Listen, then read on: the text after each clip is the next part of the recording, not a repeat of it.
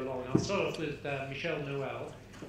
He is head of the investment funds group at the Finance and Markets Global Practice at the World Bank. And he spends a lot of time working with governments to set the framework for private equity, venture capital industry. He also advises countries on how to set up sovereign wealth funds and how to improve the organization of sovereign wealth funds that already exist. So his experience covers a lot of different countries and regions. He's seen a lot of different types of sovereign wealth fund and sovereign investment fund. And Michel, the question that I'd like to lead off for you is, as you speak to different countries and to different sovereign wealth funds, how do they look at infrastructure in general and Africa in particular?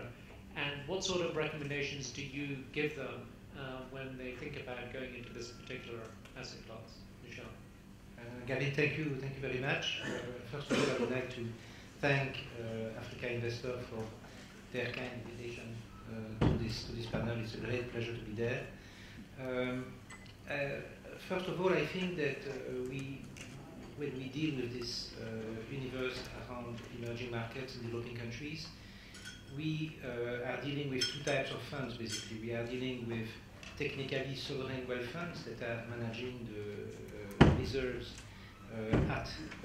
part of the reserves at the central bank for the purpose of generating and developing future wealth for future generations.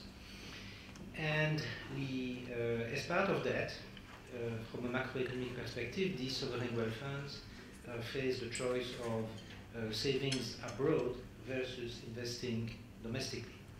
So, for the question that we are dealing with today, it is of course the domestic investment part, which is the one that is of importance. And then the second type of funds that we are dealing with, we call them strategic investment funds. They can be set up by any country, even if they are resource poor, and they set them up through an allocation, through a fiscal allocation. So this is a fiscal tool, and those strategic investment funds then act as anchored investors for foreign investors in domestic transactions. So when we look at these funds, both sovereign wealth funds in their domestic investments and strategic investment funds investing domestically, it's clear that there are basically around the countries you deal with two broad classes of investable assets in which these funds are looking at. The first one is the development of industrial development of SMEs. That's one area where we see funds investing. And of course, the second one is the one that interests us today.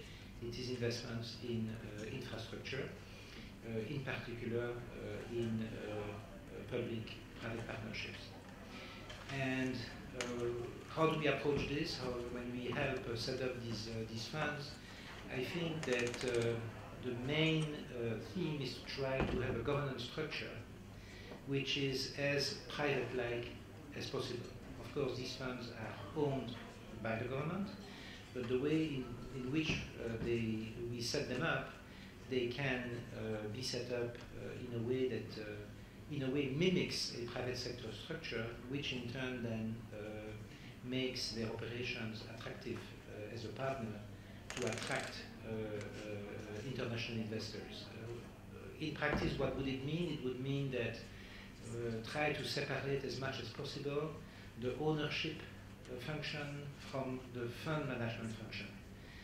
When the fund is set up, one would advise the board of the fund to remain at a high level in terms of defining broad strategies, broad sectoral priorities, defining broad performance targets in terms of internal rate of return and economic rate of return, but then, to the extent possible, set up a fund management company which is then solely responsible for actual investment and exit decisions. And in our view, that would be an optimal way to go about it, try to separate as much as possible the political power, the political structure, which is responsible for the broad performance indicators, and the actual investment and exit decisions, which would be then the job of this fund management company. By the way, this fund management company could very well be itself registered as a fund management company supervised by the capital market authority of the country. Now, this fund management company then can set up funds that are also registered with the capital market authority, and these funds then can invest in PPP projects, and these funds could invest in PPP projects through equity or quasi-equity, and increasingly we see some of these funds investing also in debt, and that's a very important development, of course. Now, if the governance structure of these funds is structured in a way that is as close as possible to a private fund manager fund structure, then we believe that we maximize the chance of attracting international investors into these deals, into these transactions, and then these could be pension funds, this could be insurance companies. Increasingly, actually, this could itself be international private equity or private debt infrastructure funds. There are actually today about $240 billion worth of private equity and private debt infrastructure funds that are looking for deals. So it is very, very important in setting up these domestic structures that they are structured in a way that can attract as co-investors these international investors, including private equity and private debt infrastructure funds. The second point I think that is important when we set up these structures is to see that a primary issue is deal flow. We see around emerging markets and developing countries a lot of PPP units, and some of them are working really remarkably well, such as the one that is developing the IPP program here in South Africa. This is a prime example of a very well-run PPP unit. But it is also true that in many cases PPP units are producing fantastic studies, technical studies, economic and financial studies, but the problem is how do you translate this into actual transactions?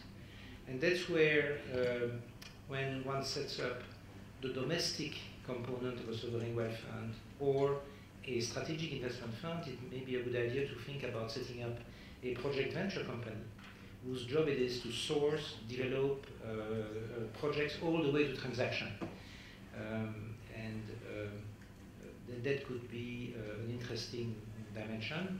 The model actually is a little bit the model of the IFC Infra Venture company, but some countries, if there is sufficient surface, could take a model like this to push and incentivize the generation of actual PPP transactions rather than PPP studies. So these are some of the main points I could share at this point. Michel, thank you very much. And you've stressed the importance of some of the organizational sort of structures and practices, and in particular the capability of being able to cooperate, collaborate with other investors, both domestic and international. Doing business in Africa. You can't afford to be without Africa Investor.